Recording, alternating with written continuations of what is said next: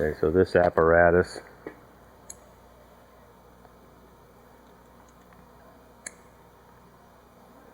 is our tap setup. This is the way it comes.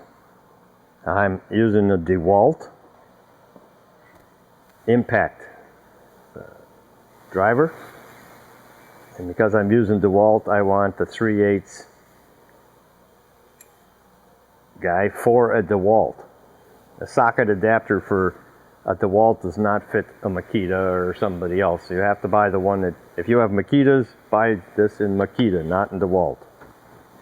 So you buy the one that is necessary for your impact driver. This is a tap chuck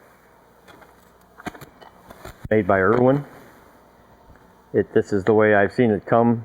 You get a small one and a large one. I'm using the large.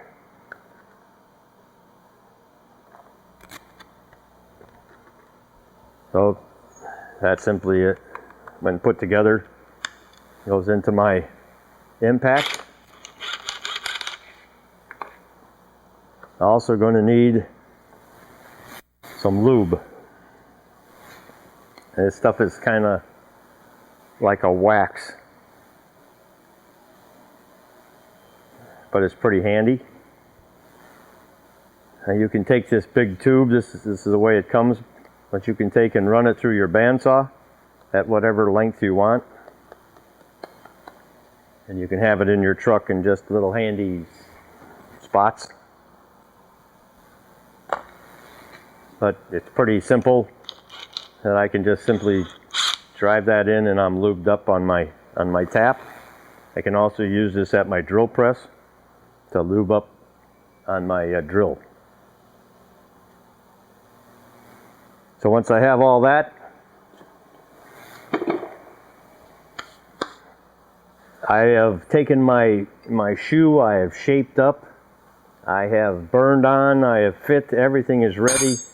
And somewhere in the process of prepping my heels or working through the shoe, I'm going to mark where I want my tap holes to be.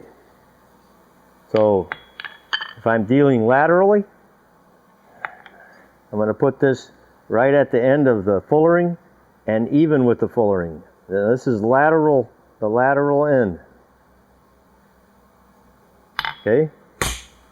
And I'm going to mark it.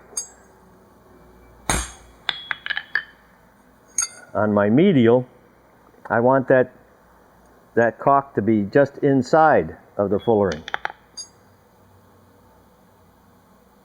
Like so.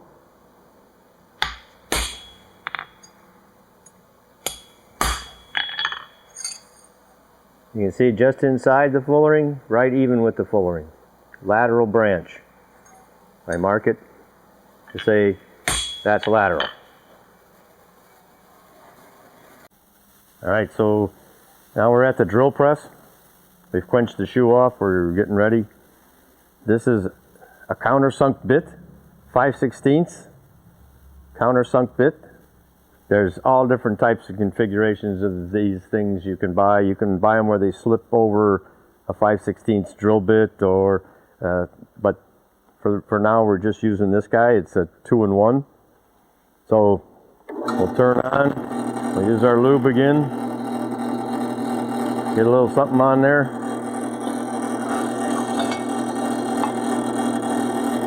and we'll drill that through.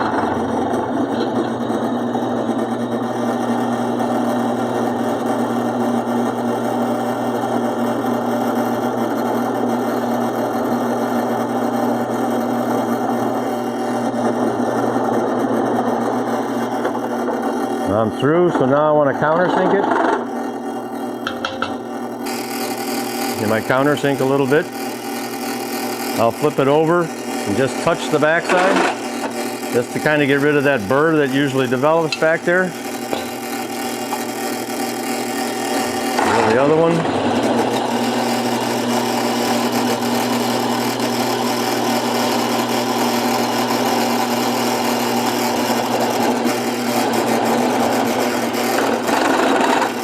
Countersink it, touch the backside, Now we're ready to tap. All right, so now we have our tap, our shoe. I can hold this in my hand. Simply put the tap in that hole, push, and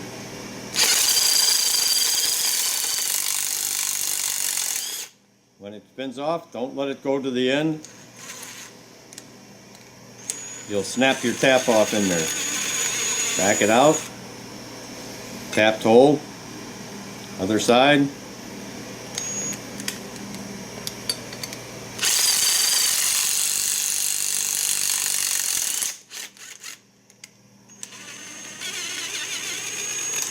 Nice and easy coming out. And we're drilled and tapped. So, what if I need a tap hole up in the toe on the lateral side? Now I have a fullering groove in the way here. If I try to drill that through, I'm going to have areas all around here that I can't get anything to thread. So when I'm going to do this one, or I'm going to do it into anything that has a groove in it, I'm going to have to punch it. And I'm going to punch it from the back side back here. I'm going to punch that forward, and then I'm going to cool it off and drill it. All right, let that punch hole right in there between that first and second nail hole. 5/16 round punch. Place it between there.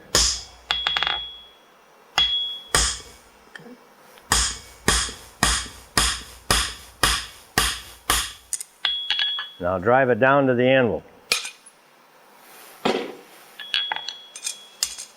So I end up with this little white circle right here.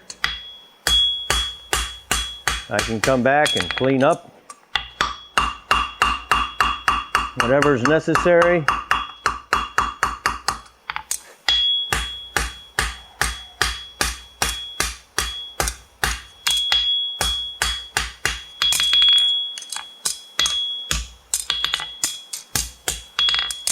Okay, now we'll quench this off and we'll drill it.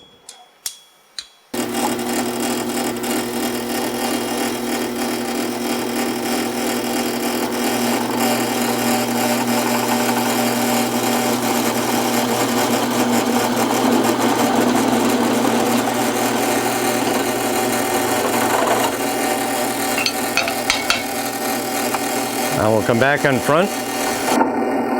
Give it that little countersink that we need for tapping.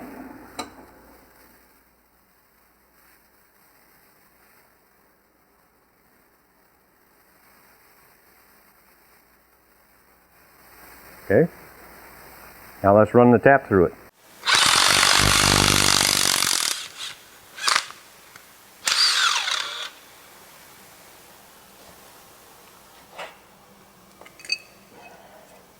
So the important part is, because we punched from behind, we pushed all this material, and you see this nice round ring right around the hole.